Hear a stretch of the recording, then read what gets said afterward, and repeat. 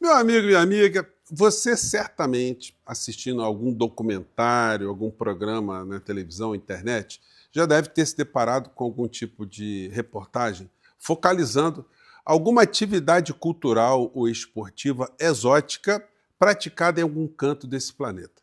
Como, por exemplo, guerra de tomates, ou pessoas atirando tomates umas nas outras ali, ficando entomatadas. Ou algumas lutas em meio a muita lama, pessoas totalmente enlameadas. Bom, você observando aquilo, se ninguém te informar como é que está se desenvolvendo a coisa, você fica perdido, você não sabe nem se dá para torcer para alguma coisa. Nós temos dificuldade de entender algumas atividades. Eu sempre tive dificuldade de entender, por exemplo, o futebol que os americanos chamam de futebol americano. Sempre achei aquela atividade muito estranha, muito difícil. Se não tiver alguém explicando ali, a gente não consegue entender nada. Mas hoje a gente vê muitas pessoas que são aficionadas, conseguem compreender cada movimento daquilo ali. Quando nós olhamos para a política aqui no Brasil e jogamos o foco dos nossos olhares para a extrema-direita, olha, a situação está muito complicada. Eles não estão se entendendo. Eles começam cada um tentando ali agarrar a boia de salvação em meio a possíveis condenações para a maior parte deles, e para alguns não é nem possíveis condenações, são condenações certas, certeiras. E a gente vê, então, eles se digladiarem por todos os lados. Bom, vou conversar com vocês sobre os últimos acontecimentos em meio a muitos fatos econômicos aqui no nosso país, mas antes de mais nada é sempre muito importante convidar você que está chegando agora ao nosso portal e ainda não é inscrito, para que, em primeiro lugar, você se inscreva aqui conosco e conheça também os nossos outros vídeos. Se você gostar, compartilhe, recomende, nunca se esqueça do seu joinha, seu comentário e, se puder, venha também para o nosso clube de membros. Você que é muito bem-vindo e muito bem-vindo. Gente, hoje na Câmara Federal, dentro dessa metáfora que eu estou jogando aqui para vocês, né, de pessoas se atirando tomates uns para o lado, outros por outros, enfim. Lá na Câmara Federal aconteceu uma reunião na Comissão de Direitos Humanos, comissão que hoje foi presidida pelo deputado Hélio Lopes. O deputado Hélio Lopes, que nós não conhecemos qual é a tradição do deputado na defesa de direitos humanos, de direitos sobre a igualdade racial, enfim, nunca vimos absolutamente nada. No entanto, ele estava presidindo a sessão ali, cometendo alguns erros incríveis ali na condução dessa comissão, com muitos parentes de pessoas que estão presas. Bom, se eu tivesse o conhecimento dessa reunião, se eu fosse deputado, se eu tivesse algum contato com um deputado, eu chegaria ali e depois das pessoas todas chorando, que foi o que aconteceu ali, muitos parentes chorando, eu diria para essas pessoas, olha, tem uma coisa que vocês precisam saber, vocês precisam acordar. Vocês só estão nessas situações, e os parentes de vocês só estão presos porque acreditaram no estelionatário, num vigarista, num criminoso, num bandido político, que matou gente aqui no nosso país com o comportamento dele ao tempo da pandemia.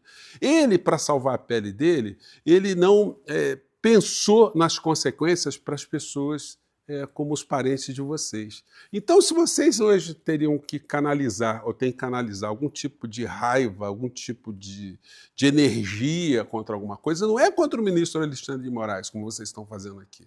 Porque ele está cumprindo o papel dele. Vocês deveriam canalizar a ira de vocês para o estelionatário que conduziu vocês para esse tipo de situação.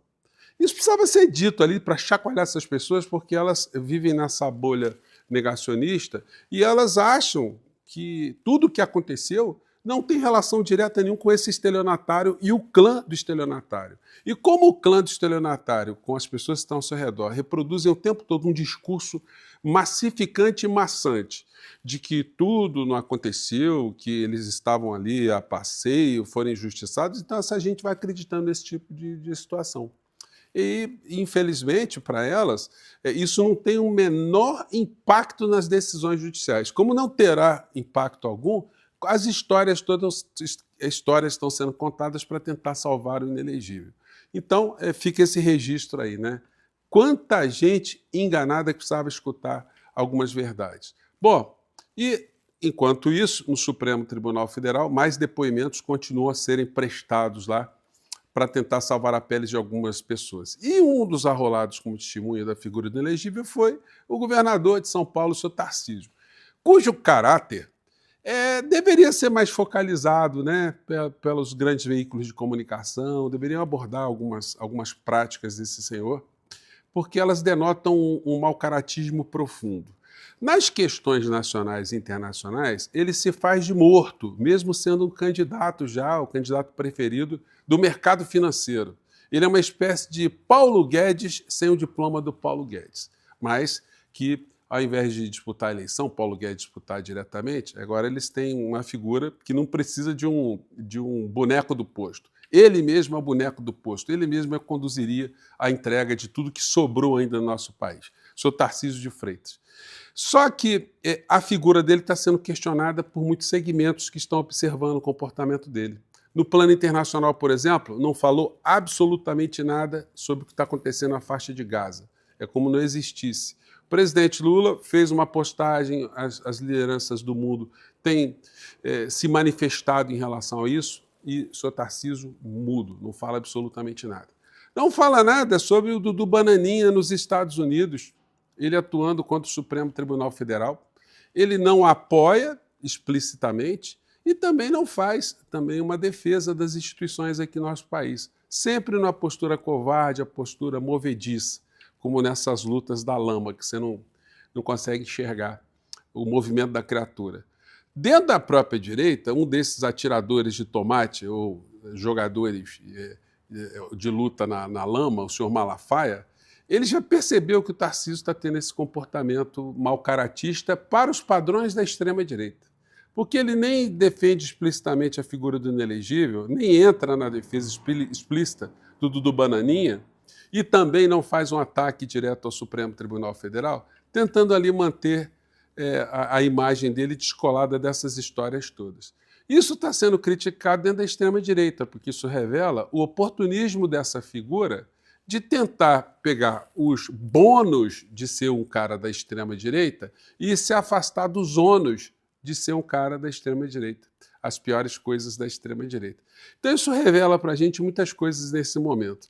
E aí o seguinte, sobre essa gente que está nos Estados Unidos, o que a gente tem visto aqui nas redes, hoje nem deu para mostrar para vocês, e até porque a gente já sabe, né?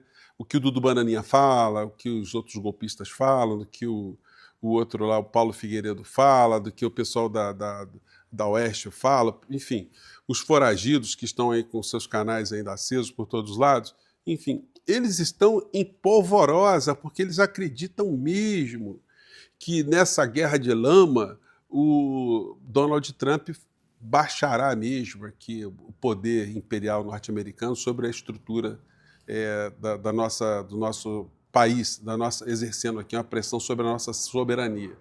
Comentei com vocês mais cedo essa coisa abjeta que foi um editorial do Estado de São Paulo, dizendo que um ataque ao ministro Alexandre de Moraes é um ataque pessoal, mais ou menos isso que eles disseram, que isso não interfere em nada aqui no Brasil, que o Dudu Bananinha está fazendo lá também não interfere em nada, enfim, que são coisas inocentes, como se ele fosse uma criancinha inocente fazendo alguma coisa inocente também. Então, no meio dessa história toda, nós temos a figura do Silas Malafaia, portanto, denunciando o comportamento do senhor Tarcísio de Freitas. E o Malafaia, hoje, também estará sendo exposto num documentário do ICL. Aliás, eu estou apoiando essa iniciativa logo mais à noite lá, vou deixar o link na descrição aqui do nosso Portal do José.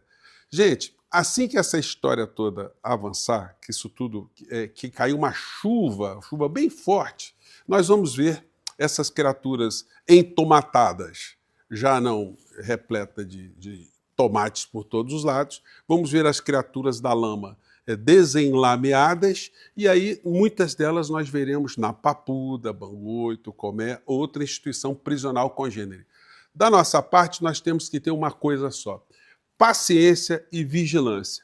Paciência para continuar a escutar esses lunáticos todos, achando que vai acontecer alguma coisa aqui no nosso país, que uma nação que está hoje numa corrosão muito grande, os Estados Unidos, com um presidente lunático, administrando problemas internos muito graves, problemas de enfrentamento com o próprio judiciário dele, que essa criatura vai dedicar energia para arrumar mais problemas aqui com o nosso país. Então, eles vão continuar sonhando com isso e talvez não acordem jamais, talvez dentro da papuda ou dentro de uma prisão qualquer, eles ainda continuem a acreditar que as coisas são diferentes daquela que a realidade está apresentando para elas próprias e para todos nós. Portanto, moral da história, filas continuam andando, eles continuam desesperados, nação norte-americana está com problemas, não vai conseguir fazer absolutamente nada aqui no nosso país para ajudar essa gente. E nós, ao final da história, vamos comemorar numa grande live a prisão do criminoso maior da nação e vamos ajudar o nosso país cada vez mais a seguir no processo histórico rumo à civilização, né? É como eu penso, é por isso que eu estou aqui no nosso portal com vocês, tá legal? Mande seu comentário para cá, tá bom? Ventos soprarão a nosso favor. Um grande abraço, tchau!